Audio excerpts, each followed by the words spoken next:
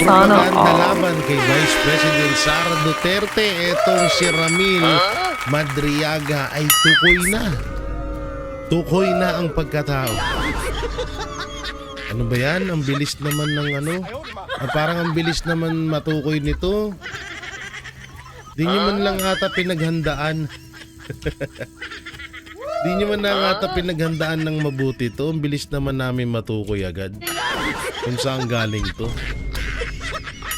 So, mamaya papakita natin sa inyo kung sino nga ba tong si Ramil Madriaga na sinasabing ano daw, bagman ni BP Sara. Putang ina, bagman yun. May mga panglilihis na naman kayo na ginagawa, ha? Akala nyo maluloko nyo na naman kami dyan, ha? Mga ulul. Mga ulul. Baliw na lang ang maniniwala sa inyo. Totoo yan, baliw na lang ang maniniwala sa inyo. O, syempre, bago tayo mapunta doon sa issue kay Ramil, dito muna tayo mapunta sa ibang mga issue. Katulad na lang nito, tanggalin lang muna natin dyan si Tatay Digong at paanda rin natin ito. Eto na. Ninakaw ang 60 billion. Ipinagkait ang 147 billion para sa PhilHealth ng mahihirap, PWD at senior citizen. Gusto pa nila tayo ang magbayad sa kanilang mga krimen. Ito ay pandarambong, hindi pamamahala. Grabe, ha. Sabi ni Dr. Tony Lechon. Sa totoo lang, grabe na talaga rin to. Oo, talagang alam mo yun, yung kakapiranggot na nga lang na, alam niyo, iyan yung isa sa mga iniinda ng mga kababayan natin, yung mga bayaran sa hospital. Pag nagkasakit ka, alam mo na, sandamakmak yung babayaran mo. Tangina, kahit na sobrang hirap ilakad nitong PhilHealth na to, tsinatsagaan natin kasi kahit papano tawag dito, kahit papano nakakatulong siya. Tapos puta na, ang malapit pa rito, pinagloloko tayo. Sabi ibabalik daw, hanggang ngayon wala pa rin. Ninakaw ang 60 billion tapos ipinagkait ang 147 billion. Tingnan yung pagpapahirap nito sa atin. Tapos ito, may mga panglilihis na naman sila na ginagawa kay Vice President Sara Duterte. Talagang ayaw nilang patakbuhin sa 2028 si BP Sara. Kaya ngayon pa lang tinatrabaho ni. Oh, grabe, biruin mo 60 billion. Anak ng timang naman.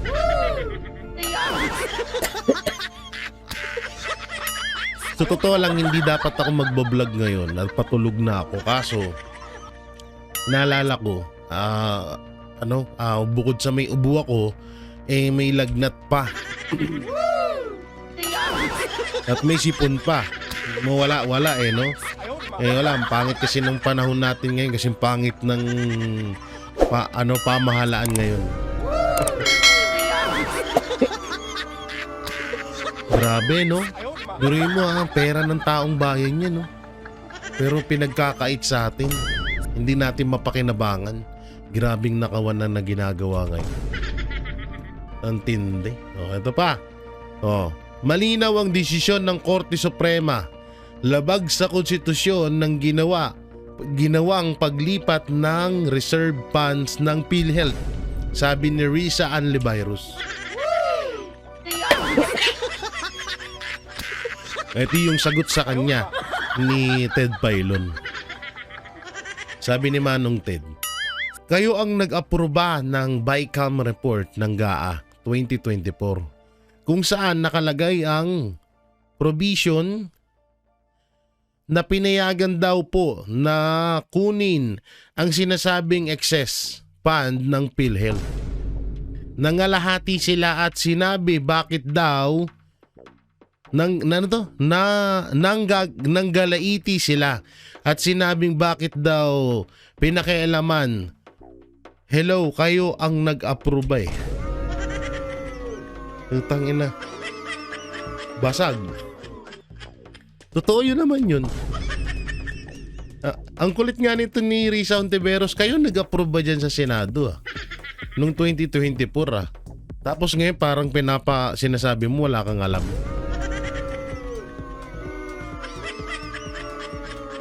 Parang pinapalabas mo ngayon na dapat sisihin si Marcos dapat ikaw ang una ding sisihin dyan. O dapat kasama ka dyan sa mga sisisihin. Dahil kayo yung nag-aproban niyang na yan kayo yung nag-aproban ng funds na yan Tapos anak ng teteng parang pag gusto mong palabasin na hindi ka kasama dyan, girl. Ayan, basag ka kay Ted Pailon Sabi ni Ted Pailon, hello, kayo ang nag-aproba So sasabihin mo parang wala kang alam sa nangyari. Ang tindi mo din, Madam Risa no? Yan kasi masyado kang in love kay Liamas.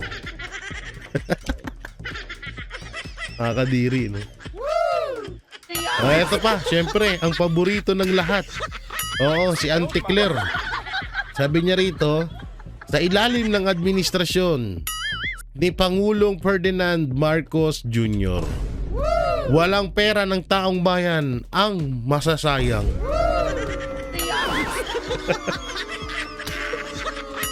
Itangina, nagwawala na nga yung taong bayan sa sobrang daming nananakaw tapos walang nasasayang. Saan ka nakatira? Auntie Claire, sa Mars? Bopla kang puta. Akala mo hindi to sa Pilipinas nakatira no? Akala mo nakatira sa sa planetang Namek Ano mo si Tito Piccolo? Tiga dun ka ata, wala kang alam sa nangyayari dito sa Pilipinas Anong walang nasasayang? Wala na nga tayong pondo Baon pa tayo sa utang. Wala namang proyektong nagagawa si Marcos. Nasasabihin mo walang pera ng taong bayan ang masasayang. Fuck you. Ulul mo. Ang lakas ng ito no? Ang lakas ng apog mo, Auntie Claire no? Pero ayaan mo, Auntie Claire, pagtapos ng administrasyong Marcos, sa lahat ng mga pinagsasabi mo, sisingilin ka naman namin dyan, ha? Don't worry. Boba.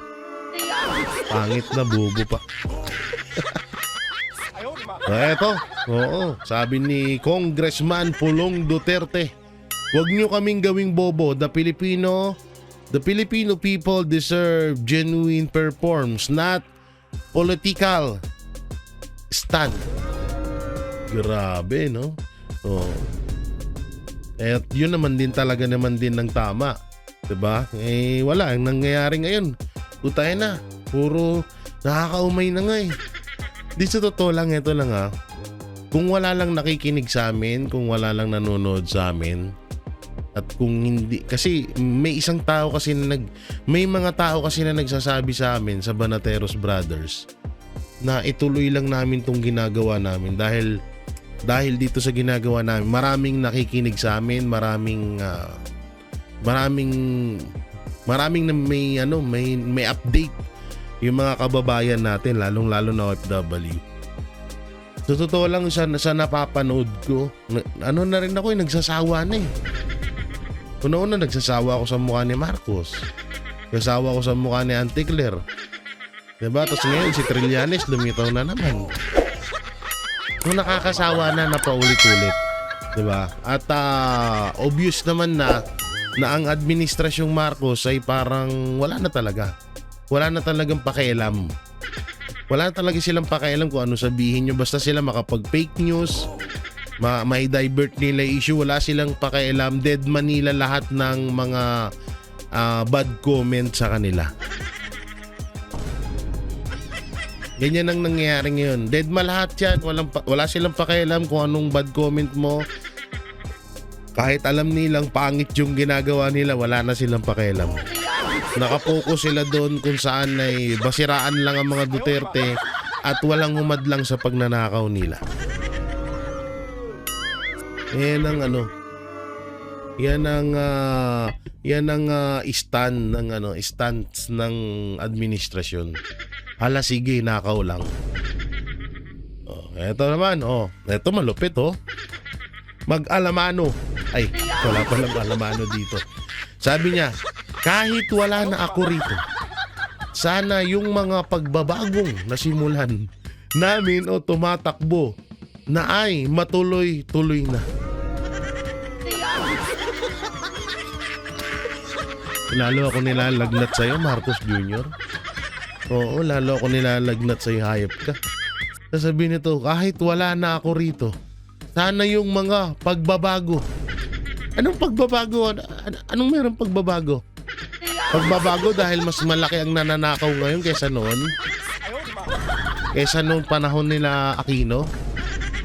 O, ito po, nasimulan namin o tumatakbo na ay matuloy-tuloy. Anong tumatakbo? Anong tumatakbo na nasimulan nyo? Yung mga adik? Yung mga adik ba tinutukoy mo, Marcos, na ano? Na masisimulan na nasimulan nyo? Na tumatakbo na? Ano tumatakbo? Gulo din eh, no? Kagaya nito, di ba? Stress eh. Ay, naku po. Di, baka nung panahon na yan, tamang lobat siya. Kaya hindi niya alam ang kanyang pinagsasabi. Dito tayo. Eto malupit, Ako lang ang congressman na makukulong. Hindi dahil sa pagnanakaw, pero dahil kinalaban ko ang mga magnanakaw. Pero ganito talaga ang sitwasyon ng bansa natin. Ang sistema nagpapayaman sa mayayaman at nagpapahirap sa mahihirap. Grabe, no? Yan ang realidad ngayon na nangyayari sa bansa natin. Kung sino yung mga mayayaman, sila yung nagpapayaman. Kung sino yung mahihirap, mas lalong naghihirap. Yan ang realidad na nangyayari sa bansa natin. At ito pa isang realidad. Kung sino yung mga hindi magnanakaw sa kaban ng bayan, sila yung ginigipit, sila yung mga ikinukulong. Pero yung mga lantaran na kung magnakaw sa kaban ng bayan, sila yung malalaya at sila yung pinagmumukhang tama. Diba? Kagaya na lang. Diba? Sino yung mga taong ginipit, kinulong dahil nilabanan nila ang korupsyon? Nilabanan nila ang terorista. Andiyan si Pangulong Duterte.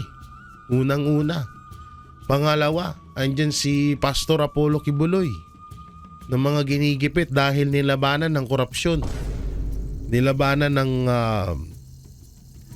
ang mga teroristang sumisira sa lipunan natin. Pero yung mga nagnakaw, mga magnanakaw, kagaya nila Martin Romualdez, Lisa Araneta Marcos, the Pork Barrel King Sandro Marcos, yung ibang mga congressman dyan na mga kawatan, malalaya. Yung iba nga convicted pero bumabanat pa sa, nagpapa-interview pa nga sa nagpapa-interview pa nga sa media. Misa nga may kita mo pa sa rally. Diba? Pero itong mga to, kagaya nila Kiko Barsaga, na nilalabanan yung mga korupsyon, nilalabanan yung mga korap sa gobyerno, putay na sila pa yung kinukulong. Ganyan kalupit. Grabe, no? Ano naman to? Ano na naman to, Marcos? China. Mahalagang kaibigan at katuwang ng Pilipinas ayon kay Marcos Jr. Itang na ngayon katuwang mo na.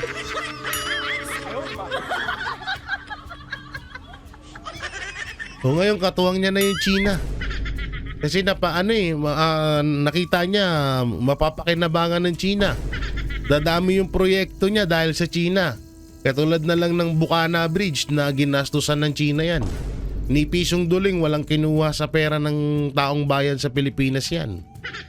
Sabi ni Marcos, putay na. Papalabasin ko sa taong bayan kapag may nagawa kaming proyekto ng China, sasabihin ko pera ko yun. Sasabihin ko pera ng taong bayan yun. Na kahit wala namang gagastusin doon sa kaban ng bayan na manggagaling sa kaban ng bayan, papalabasin ko na meron para sa akin yung kita na yun.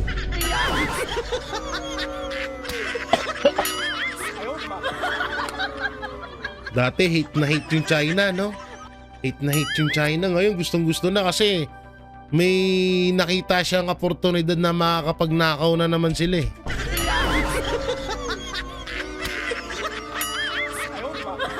Ang galing. Ang galing ng mindset. Ang galing ng mindset ni Marcos Jr. Oh. Pagdating sa pagkakaperahan nila, mabilis. Kasi isipin nyo Bukana Bridge. Ni piso, walang ginastos. Wala tayong ginastos dyan. Gastos lahat ng China yan. Ngayon, eto mangyayari. Halimbawa, magkaroon pa ng isang bridge sa isang lugar. Gastos ulit ng China yun. Walang gagastusin ng pera ng gobyerno dun. Walang gagastusin ng gobyerno, walang gagastusin ng Pilipinas dun sa tulay na yun. Gastos lahat ng China yun. Halimbawa na magkaroon ng 1.5 billion ulit or sabi na natin 2 billion na budget yung tulay na yun. Buta na. Antemano, sasabihin niya ni Marcos Jr. na pera ng taong bayan ang ginastos dun. Na kahit wala naman. Ayun yung malupit dyan. Na kahit wala namang gagastusin ng galing sa pera natin dun, sasabihin nilang meron para sa kanila yung 2 billion. Galing, no? Malupit. Iba ang mindset ni Marcos Jr. sa pag alam niyang pagkakaperahan niya, talagang papasukin niya. Hate na hate niya to dati Kesyo sasakupin daw Pilipinas. Kesyo kukunin daw, hindi daw hahayaan, hindi daw papayagan na masakop daw yung China. Wala yung mga ganitong tao, ngayon sasabihin, bukas nakakalimutan na. Ang tindi ng Alzheimer disease ni Marcos, no? Oras lang, limot agad. Ay nako, suka mo, kain mo, yak kadiri. Ay nako, ito pa. Marcos Jr. umaasang itutuloy ang kanyang sinimulan. Oo, ito na pala yung nabasa natin kanina. Oo. Nasimulan na alin ba yung pagdami ng drugs? Pagdami ng mga drug lords sa Pilipinas ulit? Pagdami ng CPP-NPA? Ganun ba ang nasimulan mo? Na itutuloy mo, gusto mo? Isa ngayon pa lang nakikita namin na hinahadlangan nyo na yung pagtakbo ni BP Sara sa 2028. Kung sakali mang kaalyado mo ang mahihalal na presidente, alam na this.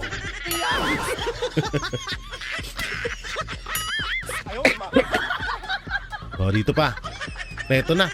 Kamusta si Blue Ribbon? Blue Ribbon, magre-rekomenda ng reklamo versus mga sangkot sa flood control. Nabuhay si Blue Ribbon Nabuhay si Pink Ribbon. Si Pink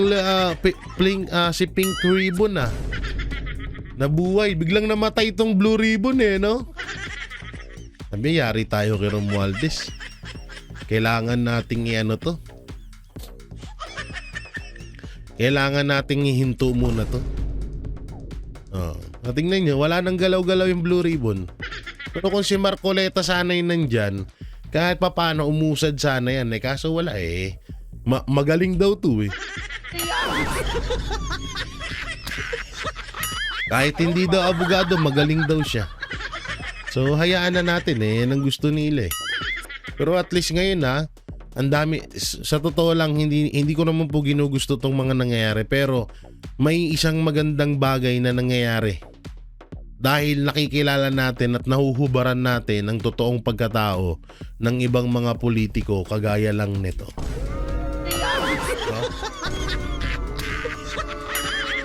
Kagaya lang ni Tito Soto. Sino pa ba? Magkapatid na Remulla. Kung hindi nangyari lahat to hanggang ngayon, bulag tayo sa katotohanan na mga demonyo yung magkapatid na yan. Marami pa, 'di ba? So sobrang dami mga congressman. Hindi natin malalaman ang tunay nilang budhi kung hindi nangyari lahat to. Kaya ngayon dapat matuto na tayo. Ewan ko na lang kung hindi pa kayo nadala. Kagaya na lang nito. Isang juding. Sabi niya rito, I'm proud na hindi ko ibinoto si Rodante Marcoleta. Proud ka din ba? Sabi ni OG Diaz. Ang masasagot ko lang dyan, OG Diaz, proud kami na hindi namin binoto si Leni Robredo. At proud din kami na hindi namin binoto ang mga NPA. Proud din kami na hindi namin binoto si Bam Aquino at Kiko Pangilinan. So totoo nga lang, hindi namin mapagtanto sa isip namin kung paano sila din nanalo.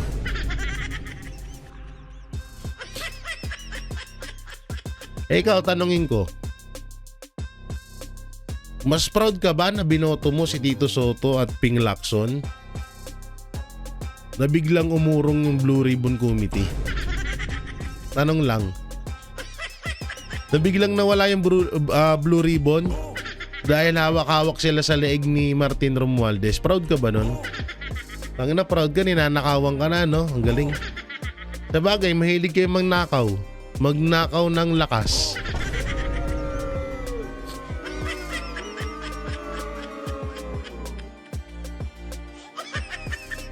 Tangina, grabing utak yung mga taong ganito no? Biruin mo, ninanakawan na kayo, proud pa kayo. Gago ka ba? Bakla na, pangit pa, bobo pa. Tanginang yan. Saklap nun, no? Bakla na, pangit pa, bobo pa.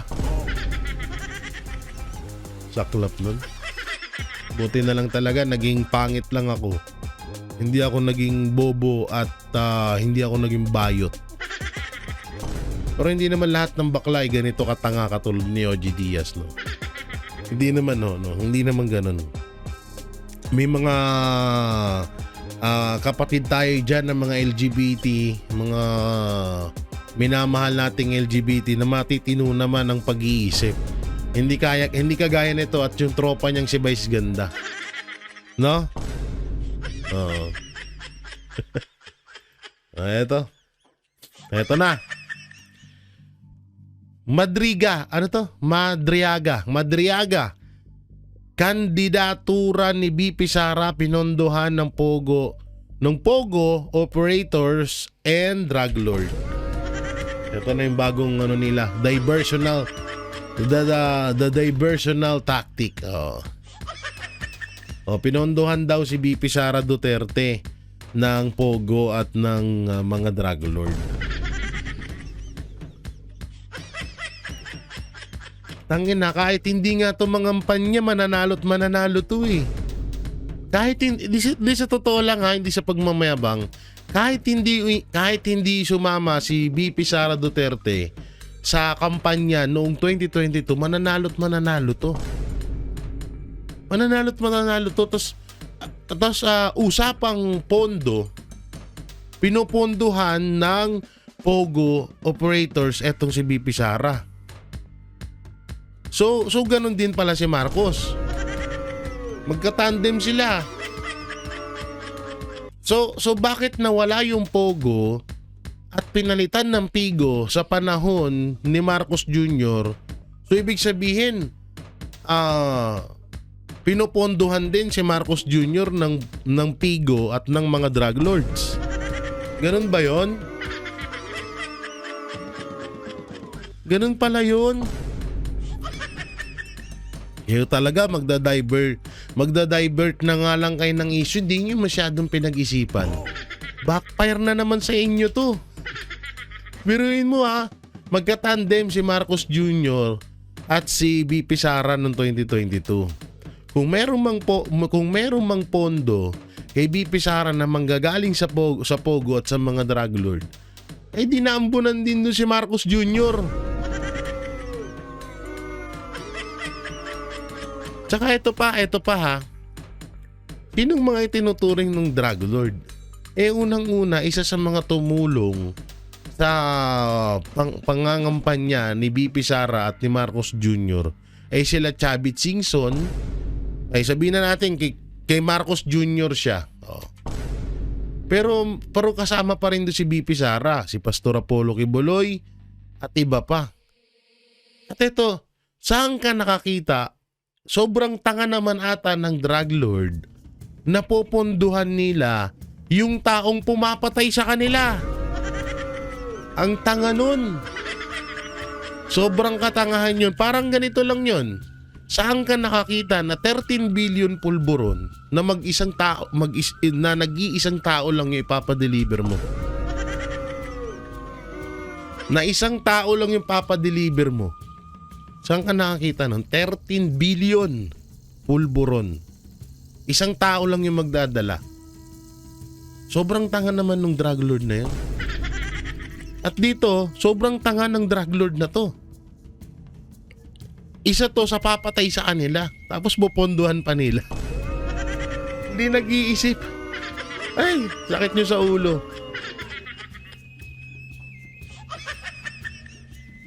Kahit batang musmusin, kahit batang musmos, tatanungin mo, Toy, ikaw ba magbibigay ka ba ng pera sa bibigyan mo ba ng 5 pisong pera yung kaklase mo na 5 piso lang din naman yung pera mo? Sasagutin ng bata, hindi, syempre, ito na lang pera ko eh. Tanginang yan, no? Pogo, tas ito pa, yung pogo na naman, ito na naman, dinidikit na naman nila. Eto, sa totoo lang, yung about pogo na yan, talagang may pogo nung panahon ni Pangulong Duterte. Hindi natin may itatanggi yun. Pero yung pogo nun is rehistrado at legal, hindi illegal.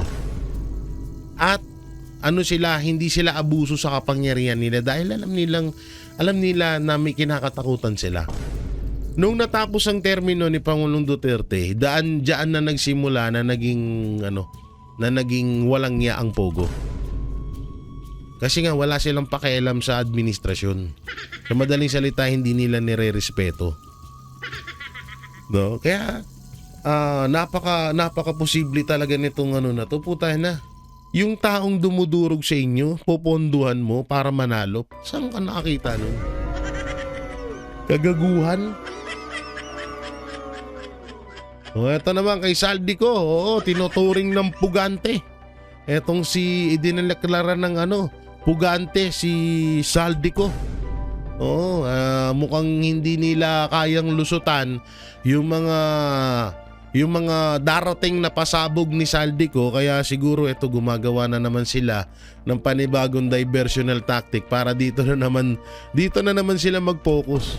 Pustahan tayo, mabubuhay ang Congress, Pustahan tayo, biglang mabubuhay ang Congress. Maglalabasan yung Tuadcom dyan. Matagal-tagal silang nakapagpahinga eh. Pustahan tayo, lalabas yan. Ako na nagsasabi sa inyo. Kaya Saldico, hanggat maaga pa lang, ilabas mo na lahat yan. Yung mga video dyan, yung mga video na paano ka inuutusan ni Lisa, paano kayo inuutusan ni Romualdez, ilabas mo na yan. Ito nga yung sabi ni Ronald Cardema eh. Sabi niya, tangina, sino yung siraulong gagong Abnoy na yun? Biro mo, pati sila hindi nila kilala Kahit sinong may topak pwedeng gumawa ng affidavit at para makapagpasa lang notarize ka sa loob ng kulungan, alam mo agad na may collaboration with authorities. Yan na. Yan ang dyan. Alam nyo, bukas ang makalawa, lalabas yung pagkatao niyan. At mamaya, ilalabas natin na mismo dito kung sino ba tong tao na to. Halimbawa, ito, may picture ako kay BP Sara. Ako ay isang damakmak din ng kaso. Kidnapping or sabihin ko na sangkot ako sa illegal na droga. Ibig sabihin kailangan damay dun si BP Sara. Kagaguhan no?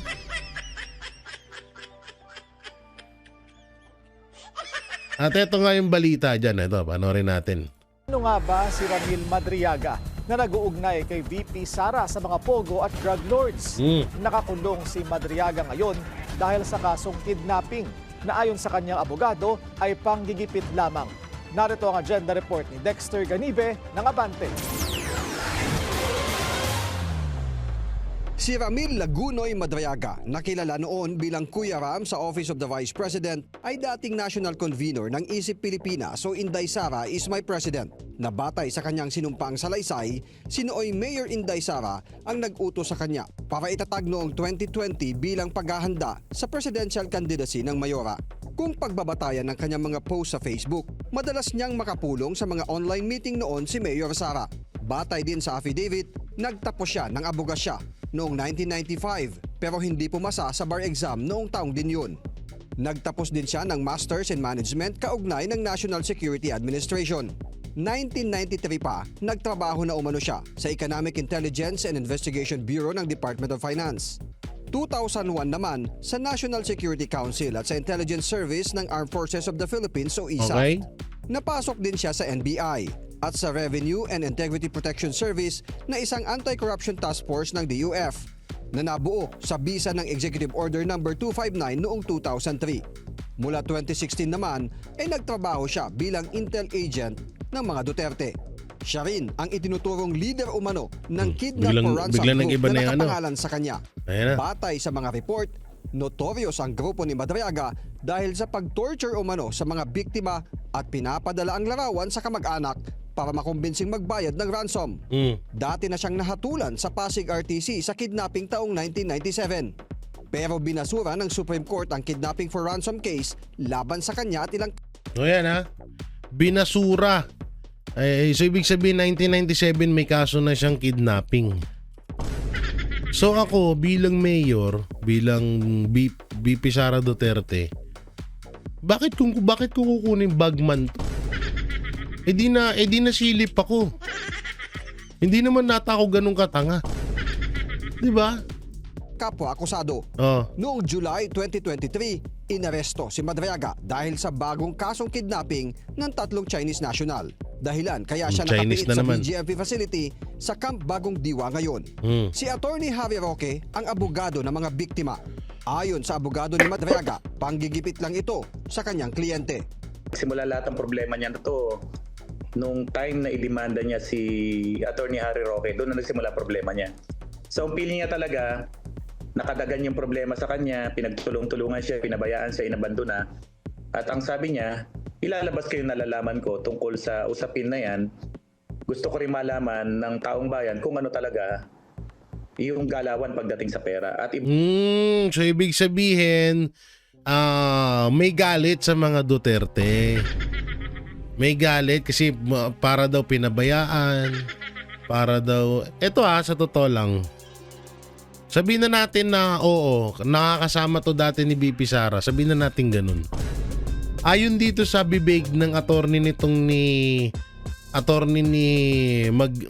Magriaga is kaya daw magsasalita ngayon kasi pinabayaan. Parang hindi na daw inintindi. Kahit kilala natin ng mga Duterte. Kapag once na ikaw ay may ginagawang katarantaduan, tablado ka sa kanila talaga. Hindi kanila ito tolerate sa mga ginagawa mong kagaguhan. Yan ang mga Duterte at dyan natin sila kinahangaan. Ang liwanag dito. So, sinabi nito na napabayaan daw kaya ganun ang ginawa.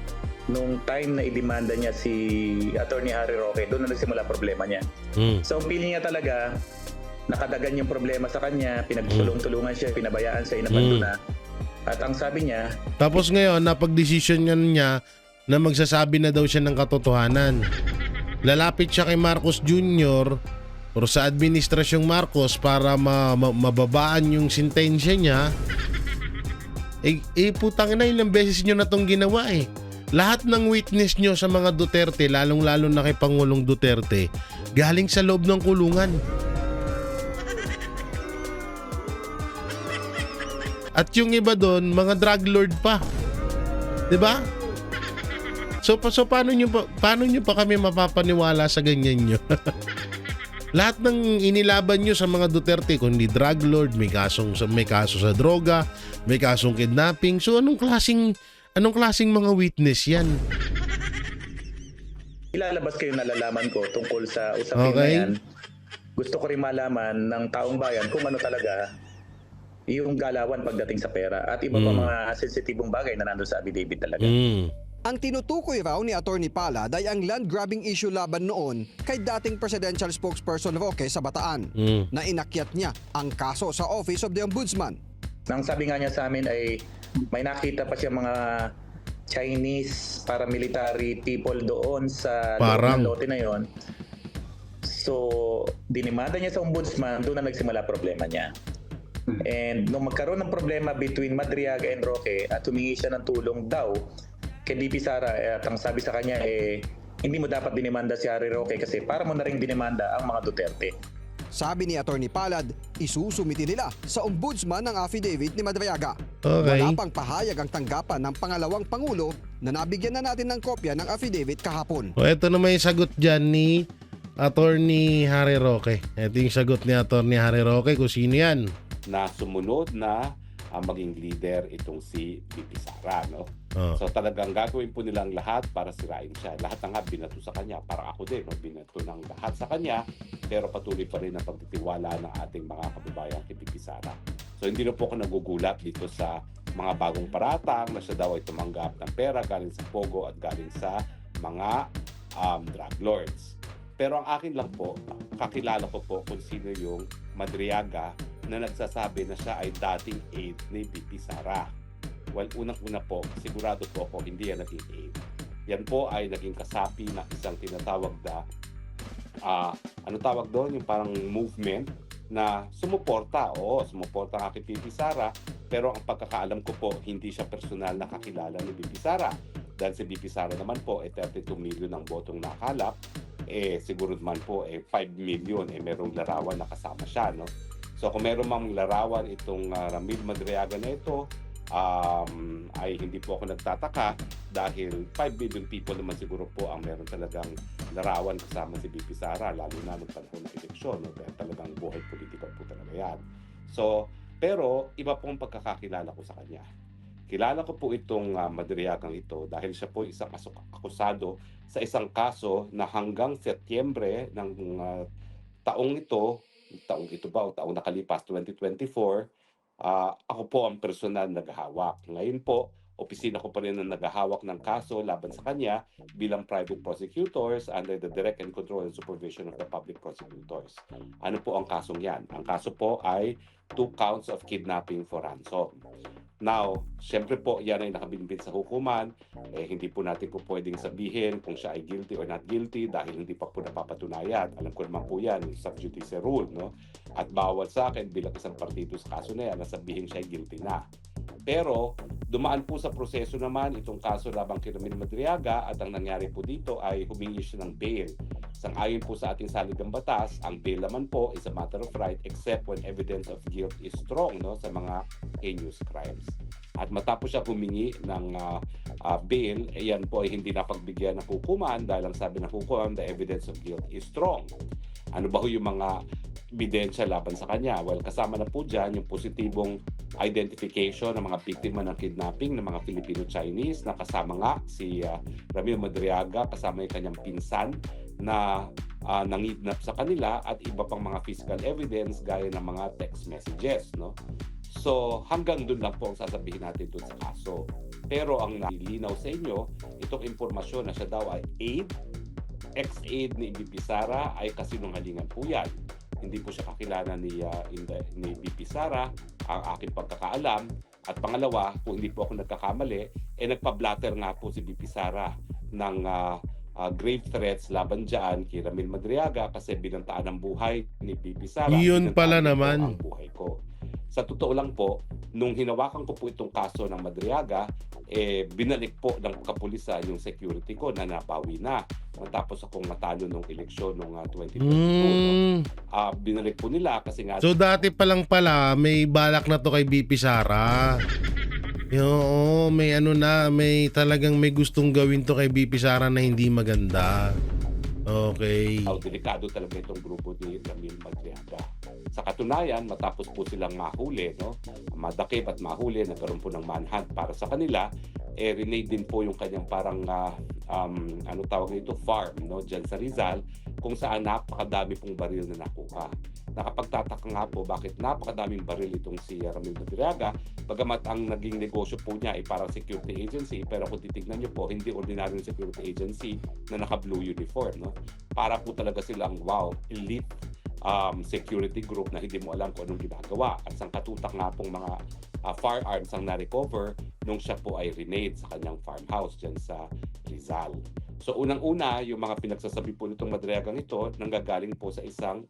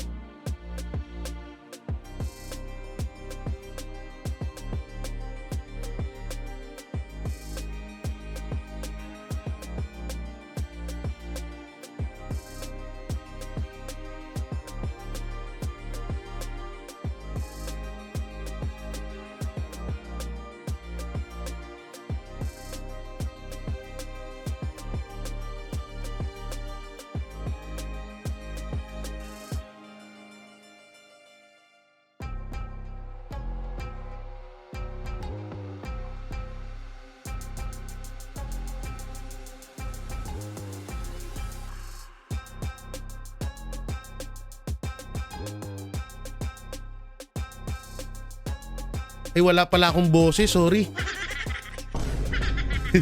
Hindi ko natanggal yung mute. Magbabasa tuloy ako ulit. Buisit na yan, sorry guys. Eto, ulitin natin ha. Lakihan natin yung picture. Buta na, umulit tuloy ako. Ulitin natin. Ulitin natin yung paglaki ng Yan, ulitin natin ha. Eto. Si Ramil Madriaga ay isang kilalang personalidad sa Pilipinas dahil sa kanyang mga kaso ng kidnapping at paghawak ng mga bansa. Siya ay leader ng isang notorious na kidnap for ransom group na tinatawag na Madriaga Kidnapping for Ransom Group. Noong 2022 siya ay inaresto ng Philippine National Police Anti-Kidnapping Group PNP AKG dahil sa kidnapping ng dalawang pinsan na sina Mark at William Lu sa Tondo, Manila.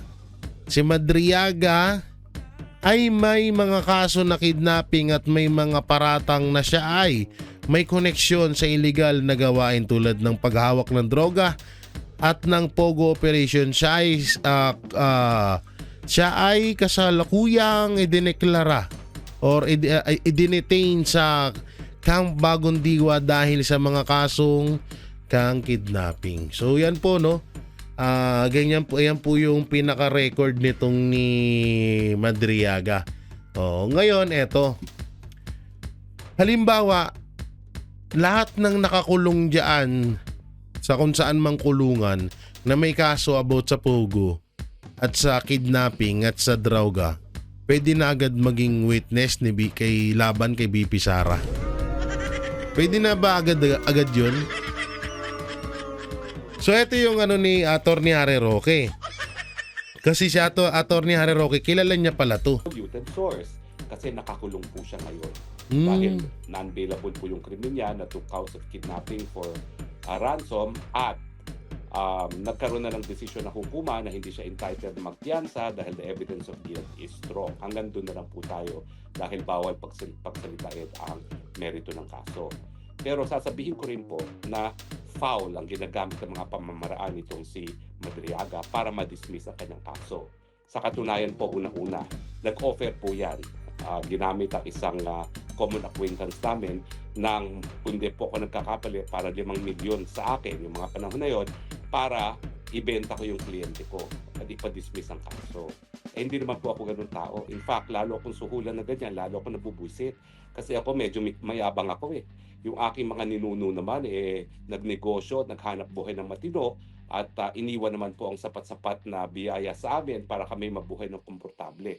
So hindi po ako nabulag doon sa 5 million niya para ibenta yung aking kliyente. At kaya naman po kahit ang mangyari, hindi ko binibitawan yung kliyente ko, no? Dahil lalong nag-isip siya na mabibili niya ako para ibenta yung kliyente ko, lalo naman akong naninindiga na dapat ang biktima ng karumaduman na krimen magkaroon ng katarungan. Yan naman po ang dahilan kung bakit ang buong karera ko bilang isang abogado ay halos lahat ng kaso ko, ako po yung private prosecutor. Dahil ako rin po ay palaki ng isang public prosecutor. Gusto ko sana maging public prosecutor, kaya lang talagang hindi sapat ang sweldo niyan. Kaya ang buhay ko, buong buhay ko, private prosecutor. Except for one time na yung kliyente ko na dating Vice Governor at Provincial Administrator ng Masbate ay nadepensahan ko successfully sa Sandigan Bayan doon sa tinatawag na voucher scam. Once lang ako naging defense counsel sa buong buhay ko at 35 years of practice na po ako. Puro private prosecutor talaga ako at saka international arbitration. So, bukod dun sa panunuhod sa akin, ano pang ginawa ni Madriaga?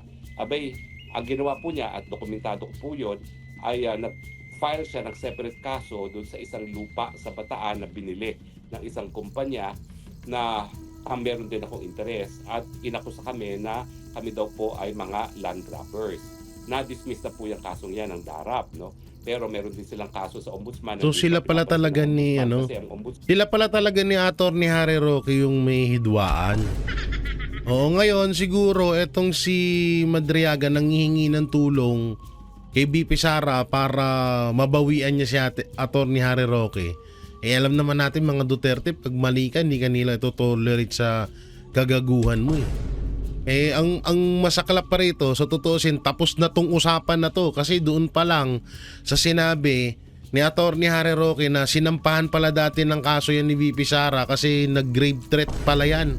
May grave threat, kung hindi ako nagkakamali sa bigkas nun, may grave threat pala itong si Madriaga kay Vice President Sara Duterte. Hindi kaya ito yung tinutukoy ni BP sana na planong gumurgur sa kanya na inutusan ng administrasyon? Naku po, baka ito na nga yun, no? Gagalaw lang naman sila sa mga kaso na mayroong prima facie case, no? Ang kaso kasi na sinampa nung di umano, dinan-grab namin ay sinasabi na pineki ang pirma. Samantalang established naman po na pumarap siya sa notaryo at saka pirma niya yon, ay may mga larawan pa nga po na siya ang pumirma dun sa kontratang yon. So nagtataka po ako kung bakit ngayon sinasabi niya na land grabbing daw yon. But in any case, wala po akong direct involvement sa kasong yon dahil hindi naman ako pumirma ng kahit anong kontrata doon sa kasong yon, no? At gaya ng aking sinabi, dinismiss naman po ng DARAP yang kasong yan. Bagamat itong si Ramil Madriaga ay nagbayad po ng mga vloggers na sinasabing ako daw po ay land grabber, kaya naman namin na-booking siya kasi yung isa na nagpanggap na biktima nakita namin sa isang larawan na kasama niya sa isang pagtitipon, no? Pero yung babaeng yon nagpanggap na biktima. Kasi officially, nagpanggap siya na biktima, pero kung hindi namin nakita yung Facebook picture ng babaeng yon, hindi namin malalaman na talagang kaibigang matalik pala yan ni Madriaga. So ganyan po ang kanyang mga pamamaraan. So ano ngayon ang ginagawa nitong Madriaga nito? Obviously, siya ngayon ay nagpresenta sa mga bangag na maging di umano whistleblower labang kay VP Sara kapalit na ipapadismiss ang kaso niya.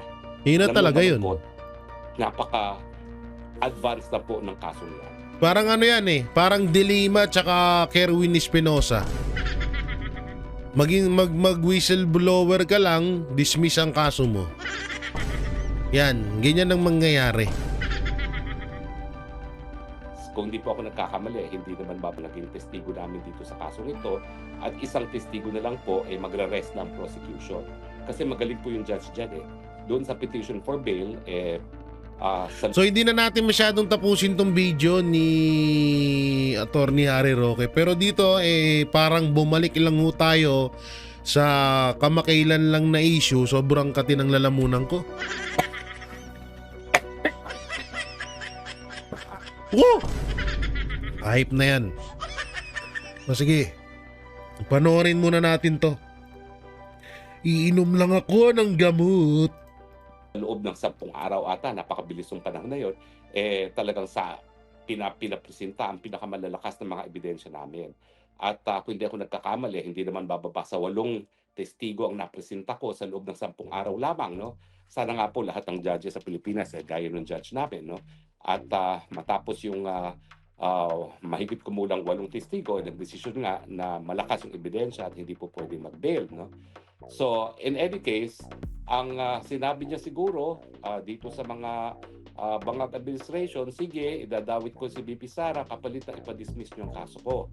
Paano nila mapapadismiss? Nako, yung private complainant po, mga Filipino-Chinese, kung ano-ano pong nangyayari, na-raid ang kanilang negosyo, na sa tingin ko naman, yan ay isang pamamaraan para ma-pressure siya na pumayag na ma-dismiss ang kaso laban dito kay Madriaga. Sa akin, bakit naman po ganito? Mantakin niyo po, heinous crime ang nangyari. 2, hindi isang Filipino-Chinese sa mga kabataan ang kidnap. At talagang mahigit 10 araw pa po ang nadetina yung mga bata at nagbayad po ng ransom yung mga magulang. No? At mabuti na lang po, nagkaroon po ng bypass, yung dun sa pagbabayad ng ransom, nagkaroon ng operasyon at doon nahuli nga po yung mga co-accused ni Madriaga, no? Kasama na yung first cousin niya. At actually po, may mga namatay dito. 2 kidnappers na pinaghihinalaan ang napatay po, doon nagkaroon ng putukan, at isang pulis. Naku, nakakaawa po yung batang pulis, batang-bata, no? Na pulis na taga Mountain Province, kung hindi ako nagkakamali, artistahin pa naman, no? So 3 po ang namatay doon sa operasyon para ma-recover yung 2 Filipino-Chinese. Bakit naman ganitong karungal-dumal ang kriminal neto? Bakit papayagan na kahit sinong administrasyon na ma-dismiss kapalit lamang para idiin ang kalaban sa politika na si Inday Sara Duterte? So tingin ko po, desperado na talaga itong administrasyon neto at binababoy na pati ang sistema ng katarungan natin. Hindi ko po alam kung mape-pressure yung mga magulang ng mga kabataang ito para i-dismiss ang mga kaso. Sana naman po hindi. Pero sa mga balitang nalalaman ko po ngayon, at ang pakiusap nga niya, wag na ako magsalita daw dahil baka lalo silang ipitin, nako, baka nga po at some point bumigay, wag naman po sana dahil pag napalaya na naman itong mga ito, baka kung ano na namang krimen ang mangyari. Alam niyo po, sa katunayan, bago pa sila makasuhan dito sa kasong ito, na-convict po itong Madriagang ito for kidnapping, kasama din yung pinsan niyang buo. Kaya lang po, dahil yung mga panahon na yon, merong automatic death penalty, ang parusang napataw po ay death. At during the automatic review, kasi lahat po ng death penalty subjected to automatic review, na-reverse po ang desisyon. Siguro po, naisip na hukuma na kahit sino hindi dapat mapatawan ng parusang kamatayan. No? Kaya sila ay naabsulto. Pero natulong na po yan, na-convict na po yan. Kaya nga lang po, na-reverse on automatic appeal dahil death yung naging parusa. At si Chavit Singson po nag-file din ng kaso ng extortion dito dahil hinihingan siya ng 50 million di umano para wag ibulgar. Talagang notorious talaga, no? Laban kay Chavit Singson. No? Oo, so ibig sabihin hindi lang si BP Sara, hindi lang si Atty. Harry Roque, kundi pati si Chavit Singson. So may talaga pala talaga tong taong to, kakaiba talaga. Oo. Pero hindi po siya inurungan ni Chavit Singson at sinampahan din ng extortion case. Hindi ko lang po alam kung ano nangyari dyan sa kaso niya. So yan po ang karakter na ngayon ay... Grabe, no? Oo, tapos ngayon, ano nga yan parang Delima tsaka Kerwin Espinosa ang mangyayari. Gagamitin nila yan laban kay BP Sara Duterte. Pero tayo, hindi naman tayo na nagpapaniwala sa ganyan Kasi ilang beses na rin nilang ginawa paulit-ulit yan. So yan mga banateros, mga kabiyaya, hanggang dito na lang yung video natin. Paki-like and share na lang tong video na to. At pasensya na kayo, medyo inuubo-ubo tayo. Oo, at may sakit pa kasi tayo ngayon. No? Pinilit lang nating makapag-vlog para ma-update po kayo sa mga nangyayaring totoong balita sa bansang Pilipinas. So yun, maraming salamat. Ingat po kayo palagi. God bless and peace. And bye-bye.